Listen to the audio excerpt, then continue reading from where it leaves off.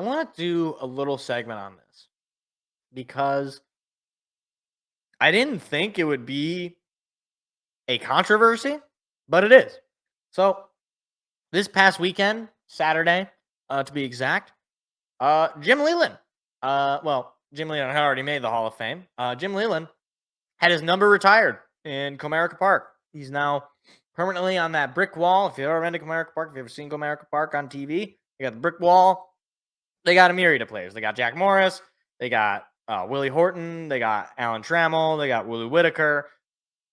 They got Sparky Anderson. They got Sparky Anderson was obviously the manager. They got all sorts of players. And they add Jim Leyland. So I thought this was perfectly acceptable. Jim Leyland, one of the all-time great managers of all time, just from a pure accolades perspective. World Series champ, 3-time pennant champ, 3-time manager of the year, and a Hall of Famer. Well, that is what fed into the Hall of Fame. An above 500 record as a manager. I believe he only had he had a good amount of losing season with those Pirate teams, but he did have that period of time in the early 90s there where the Pirates were in it, right? Like Pirate with Barry Bonds and all, like he was in it. He was that guy. But he didn't really make a name for himself until he got to the Florida Marlins in '97, won the World Series. And then the following year, they sold off all the players, and he probably fell. That team was gone. And then he spent a year with the Rockies, didn't do anything there, and promptly retired. Still at that point, a pretty well-known and liked baseball guy. But I would argue he really reached his pinnacle as a manager with the Detroit Tigers. And now I don't say that as like he, reached, he didn't win a World Series, but his best string of seasons was with the Detroit Tigers from 2006 to 2013. For 8 years, he had a 540 win percentage, 700 total wins, which is third most in franchise history for a Tiger manager. He won 2 American League championships. He had a above 500 record in the postseason, and he got ejected 30 times, which is kind of funny. But like he was the Detroit Tigers from 2006 to 2013. I mean, that 2006 season is, famously, miraculous, famously amazing. And the multiple years of playoff success, the division titles, all of it. And then on top of it, Hall of Famer. He's a classic. I mean, you can just go online if you were not really a baseball fan in the early in the mid 2000s and the early 2010s, and you didn't really get to watch Jim Leyland as a manager. Just go online and look up any Jim Leyland manager in clips. You'll find him, yelling and screaming like a maniac, smoking darts, just being a lovable baseball guy.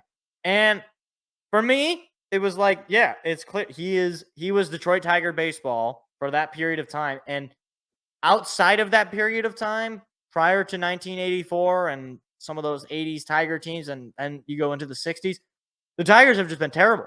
Like, he ushered in a period of Tiger baseball where the Tigers were consistently playoff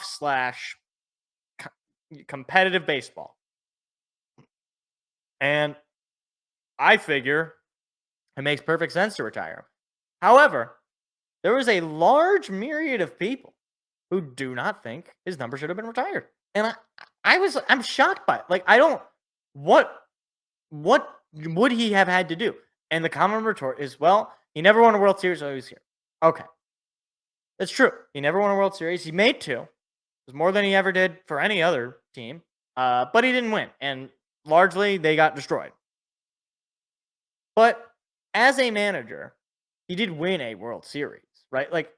Who else is going to honor Jim Leyland as a manager? Definitely not going to be the Rockies, right? Maybe the Marlins. That would be a bit of a stretch. He was only the manager for a couple of years. The Pirates, as a Pirates manager, I think he had a losing record. As a Pirates manager, he had a losing record. So they're probably not going to honor him. That wouldn't make any sense. So it naturally comes that, of course, like if he's going to if he is going to be honored by anybody, it would be the Tigers. So some people say, well, he shouldn't be honored at all. Okay, well, I don't really subscribe to that. I don't know how you can think that. When a guy has the third most wins as a manager in the entire history of the franchise, I think that's pretty significant. And when the guy was instrumental in the, development of, the pitchers like Justin Verlander, like Max Scherzer, like, and then in hitters, like, we see Ian Kinsler, or not Ian Kinsler. I don't know why Ian Kinsler came to my, I mean, I like Ian Kinsler, but he was there when actually, was Ian Kinsler? I think Ian Kinsler might have been after. I don't know why. I don't know why Brandon Inge was, something. Like, he was never a great hitter, but he was always a pretty decent defender. You also had, obviously, Miguel Cabrera really, made a name for himself under Jim Leyland. I mean, like, you had the MVP, the Triple Crowns, all the best times of Miguel Cabrera were with Jim Leyland.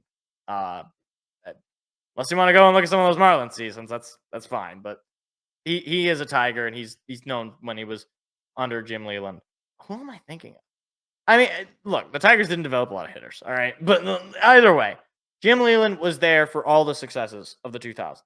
And the other thing about it that, like, are we really going to live under the you only put guys who win World Series on the wall? Because I really have a hard time believing that the Tigers are not going to retire Miguel Cabrera's number. I have a really, really hard time believing that's going to be the case.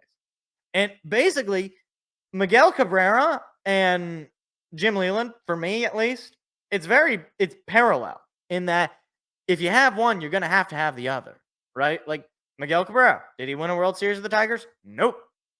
He did win a pennant. Yeah, that's true. He won multiple divisions with us, and that's about it, right? Like he hit 500 home runs, not all with us, but most of them were with us. Like, one might say, well, Miguel Cabrera is an all-time great player. Jim Leyland is not even in the top whatever the heck of managers, and I don't really know. I don't.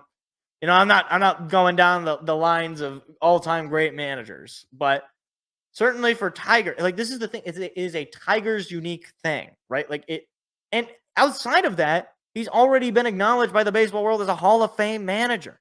So it's like the baseball world sees him as a Hall of Fame manager, And I would say if he would have ended his career in '99 with the Rockies and never come back to the Tigers, no, he would not have been a Hall of Famer. So it was that Tigers tenure that tipped the edge. And again, another player, Justin Verlander. Justin Verlander never won a title with the Tigers. He got two Justin Verlander might even be more so like Leyland in that, two pennants, and obviously, the Cy Youngs, the MVPs, all that. All-Stars, all that jazz. But never won a World Series. If that's the defining line, well, then basically every Tiger since 1984, no matter how good, no matter how beloved by the fans or by the baseball world, they're not in it. They're not in it. I mean, it's like some people make it sound like we're retiring, Craig Monroe's number or Placido Polanco. No, that's not what's happening. We're talking about a Hall of Fame manager who made your team relevant for over half a decade and is at least the third best manager in franchise history.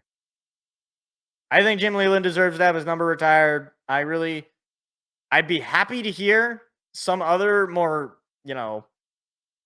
articulate cases as to why, outside of, well, he didn't win a World Series, so he doesn't deserve it. Okay. I mean, again, that disqualifies a myriad of players that were on this team. So yeah. If that's the standard, then fine, that's the standard. But to me, it's if you're a Hall of Famer and if you spent most of your time as a Tiger, I think your number is going to end up being retired. And there was just one more thing here. There's some I saw like, oh, well, we're going to run out of space. Make more room. I don't know. Like, why is that our problem? Like, you would run out of space if you just kept putting guys that you say deserve it. Like the principle still applies, right? Like, it's not like, oh, you just magically have more space now because you're putting only guys that deserve it. I mean, I actually watched a video the other day about the Yankees. I believe it's And That's Baseball, that YouTube channel. Very good YouTube channel, by the way. And he was talking about how, like, the Yankees are running out of numbers because they retire so many players' numbers. Like, we're not even in that situation with the Tigers. We got plenty of numbers, right? Like, we're not running out of numbers, and we're not really running out of room. You know, we can make room. We can adjust the ballpark. You can change things. Heck, you can get a new ballpark. I don't know.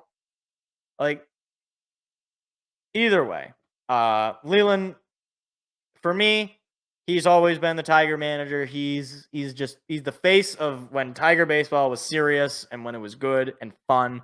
So he'll always have a special place in my heart. I believe his number should be retired in Comerica Park. I think it's a good thing.